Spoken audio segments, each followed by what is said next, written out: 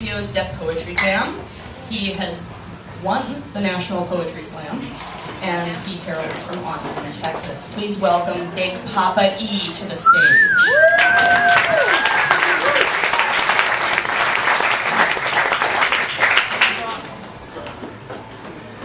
Okay, that applause sucks, so let's try it again, okay? Ready?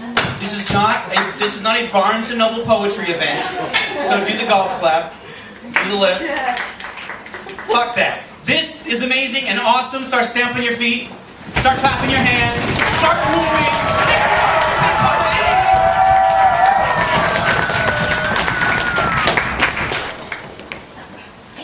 Thank you, good night. So, if I had a son, and he came to me as a young man for advice about sex with girls, because that's all I know so far, although it could change tonight, this is probably what I would say. 1, buy condoms. Buy them and keep them with you at all times, and use them before you are asked to use them, and use them every time.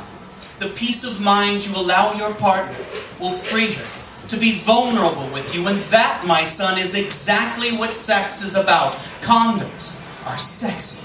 In fact, call buying condoms foreplay. Footnote: if you are too embarrassed to buy condoms, you are not ready to have sex. 2, kissing is not merely foreplay. Spend entire evenings making out on the couch while fully clothed. Believe me, dry humping rocks. Did I get some of that on you? I'm sorry. Did I get sprinkles on you? I'm sorry. 3, sex is not just about friction. It's about emotion.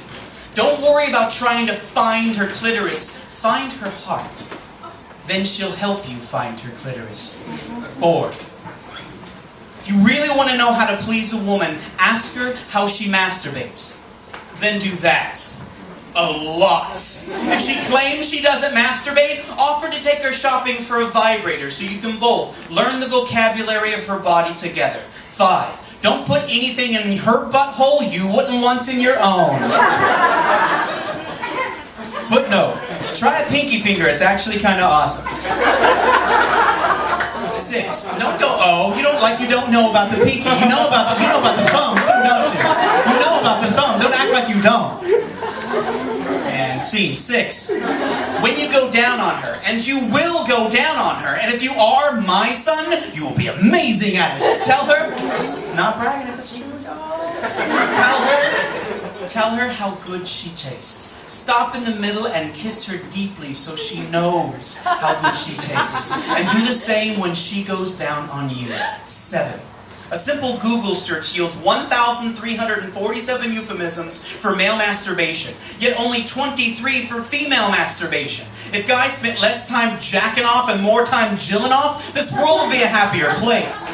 8, everything you need to know about the importance of the clitoris is in the movie Star Wars.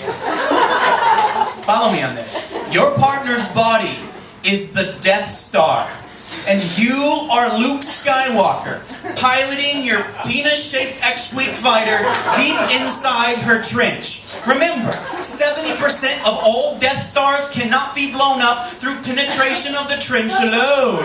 It must be through direct contact with that little exhaust port at the top of the trench.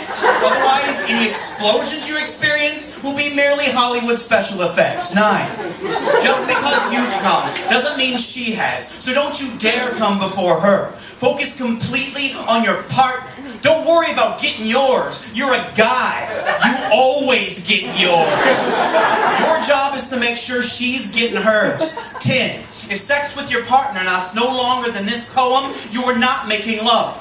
You are masturbating with her body instead of your hand. Shame on you. Go back to step 1. You've got a lot of learning to do. Love, Dad.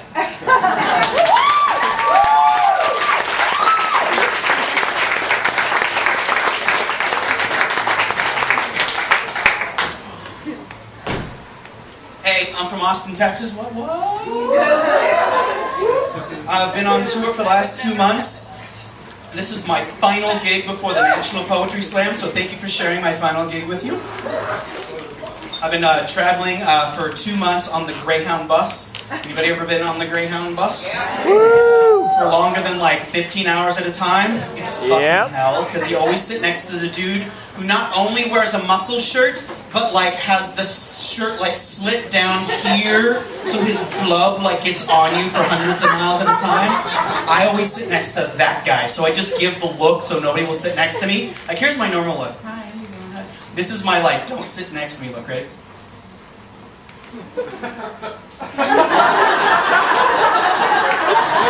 And then I'll do like this. Nobody ever sits next to me, except for that guy. That maybe is the drawback to my plan. Here's another piece. Oh, There's God. food in your beard, Eric. Hey, you know, the food here is really good.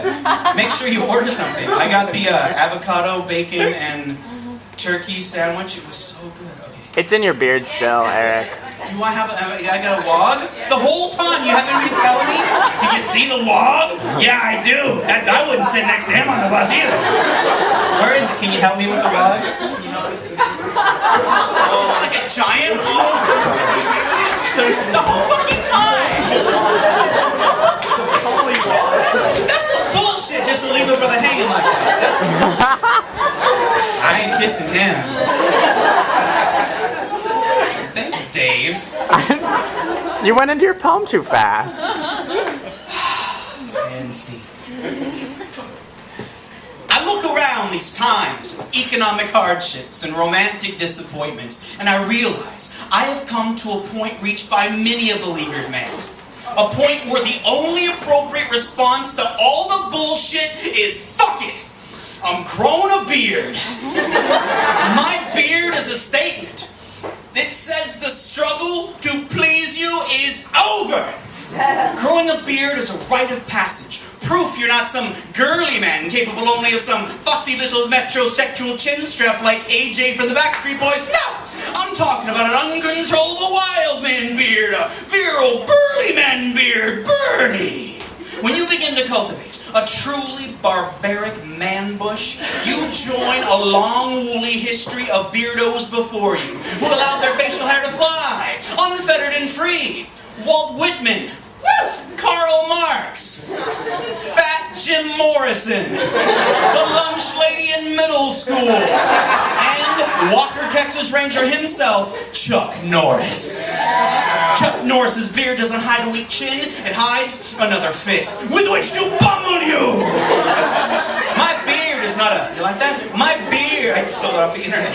My beard is not a scratchy tumbleweed of a beard, nay.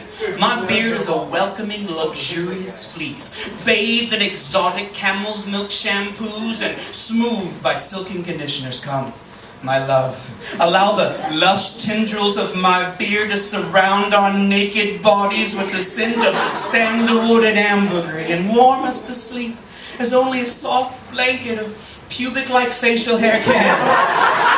Yes, it's true, sometimes I will get food in my beard, but it is only the finest cuisine. Last Tuesday, pâté de foie gras, here. Yesterday, filet mignon, here. Last night, your mom, here. To those women who say they don't like guys with beards, I say no! I will not trim my voluminous cookie scraper mustache because it tickles. I'm a tickling motherfucker! No, I will not tame my Wolverine-like mutton chops because they chafe the insides of your thighs. If you're gonna ride this cowboy, you got to wear chaps! In the end, if I can't find a woman strong enough to love me for the hirsute man I am, well then fuck it! Because the biggest fans of guys with beards are guys with beards, and I say bring them on! All you leather daddies and butch biker bears, let me be the cuddle cub of your wildest furry fantasies. We'll press our bewhiskered cheeks together like two Velcro-covered teddy bears and whisper roughly into each other's ears. Breaking the law, breaking the law. I'll curl my pinky into the belt loop of your tight, moose knuckle-inducing leather ass pants, and we shall mount your Harley chopper, and we shall ride off into the sunset bellowing beardos forever.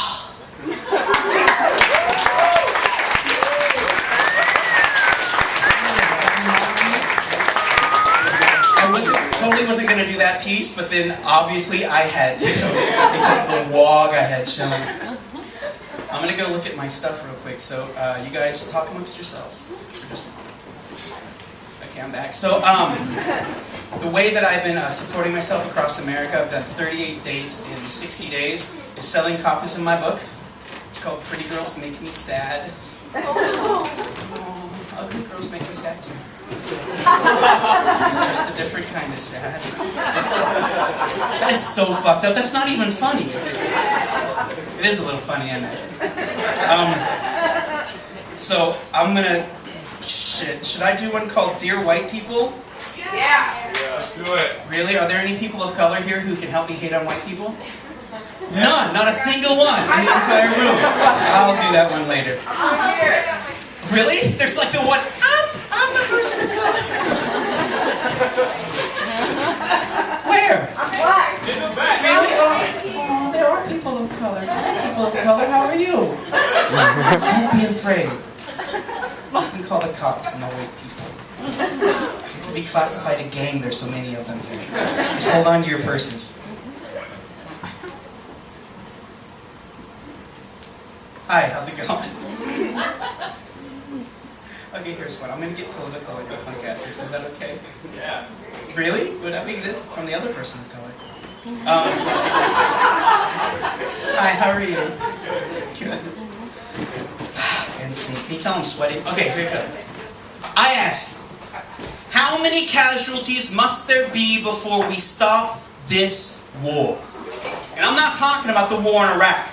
And I'm not talking about the war in Afghanistan. We must stop this inhumane war against female pubic hair. Women are denuding their privates on a scale akin to the destruction of the Amazon rainforest. No wonder they call it a Brazilian wax. Coincidence? I think not. Any man who would insist that his lover's most precious pajayjay be smooth as a baby's bottom wants to have sex with a baby's bottom. And I say no more. A bearded clam is a happy clam. Pubic hair is there for a reason. It's nature's shock absorber. It's God's way of saying, I don't want you kids getting all chafy and red while you're being fruitful and multiplying, so here's a little present for you. Booyah! Knock yourselves out.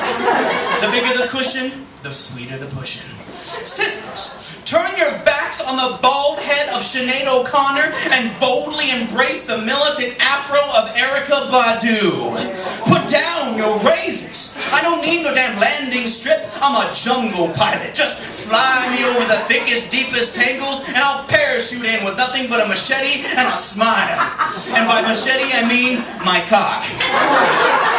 Women of the world, throw away your weed whackers and bust out the Miracle Grow. I'm your lamb of love, baby. Let me craze. Bah. Here's the thing. Women are human, and humans are mammals, and mammals have hair. So when a woman has hair down there, mon frere, I declare it's the most natural thing she can wear. A shorn pudendum says, fuck me with your gender norms and your notions of what makes women truly attractive. But a big old gnarly bush says, fuck you and your need to control me. This is what a real woman looks like. And if you can't handle it, son, you ain't never gonna handle it, son. Ladies, toss those tuna trimmers and never suffer razor burns on your tender labia again, just because some stupid boy can't handle the truth. Don't look to depilated internet porn for your coochie snorcher imagery. Go back to 70s porn, where eager beavers frolic wild and free and look like my face.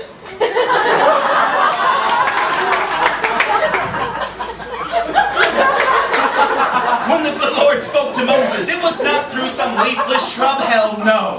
It was through the burning bush. Now get on over here, sister girl, and let me set that lush il nana on fire and make you hear the voice of God.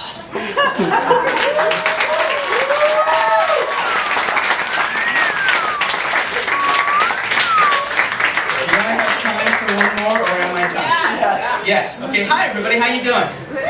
I'm going to end with my last piece, which is actually kind of a serious piece.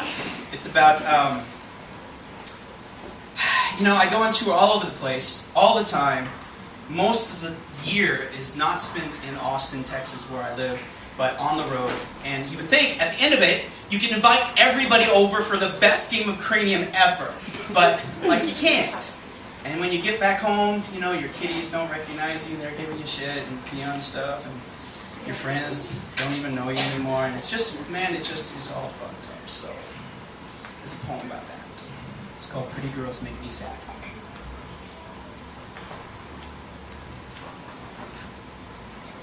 Mine is the art of the awkward pause, the comedy of mortification, the joy of realizing you have no idea what to do next.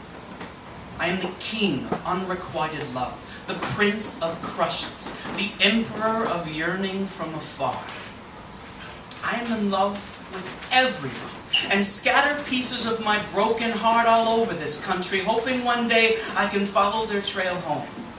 But the moment they touch the ground, a poem sprouts, and birds make nests in their leafy words. I have planted forests that pulse and throb with the rhythm of my blood. I am Johnny Appleheart, and I am lost amongst these trees.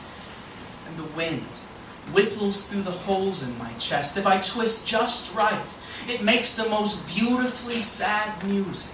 So painfully lovely, so horribly alive, this symphony of sighs.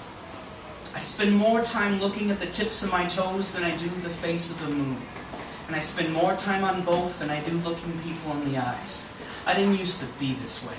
I used to wear my heart on my sleeve, but it made my wrist too bloody. Now, I am clumsy around girls. I never know what to say. They just smell so good. I flirt with mixtapes and poetry and have no idea what constitutes a first date. I always have to ask, is this a first date? It hardly ever is. I hug every girl I meet so I can share heartbeats with someone, even for a moment. I have fallen deeply in love with 108 girls who are absolutely perfect for me, except for one fatal flaw. They didn't love me back. I keep hoping for someone to cross a crowded room and stand brazenly before me and reach out and hold my face in her palms and smile with her eyes and say, "There you are. I have been looking everywhere for you. Now that I have found you, I promise I will never let you out of my sight." No one ever does. I'm a little kid lost in the mall and crying, clutching at the hems of passing skirts and mouthing the name of someone I've never met. "Are you my lost love?" "No," said the steam shovel, "I'm not your lost love." You know, black people don't get that reference, I found. I guess it's just a white thing.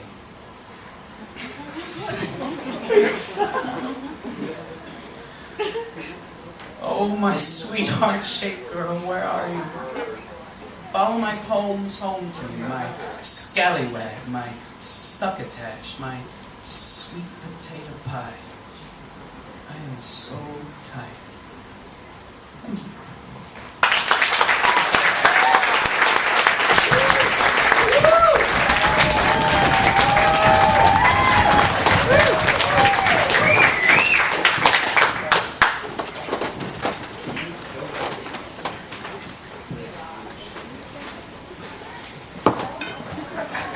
Why did I have to spoil everything by saying black people don't get that reference? I don't know why.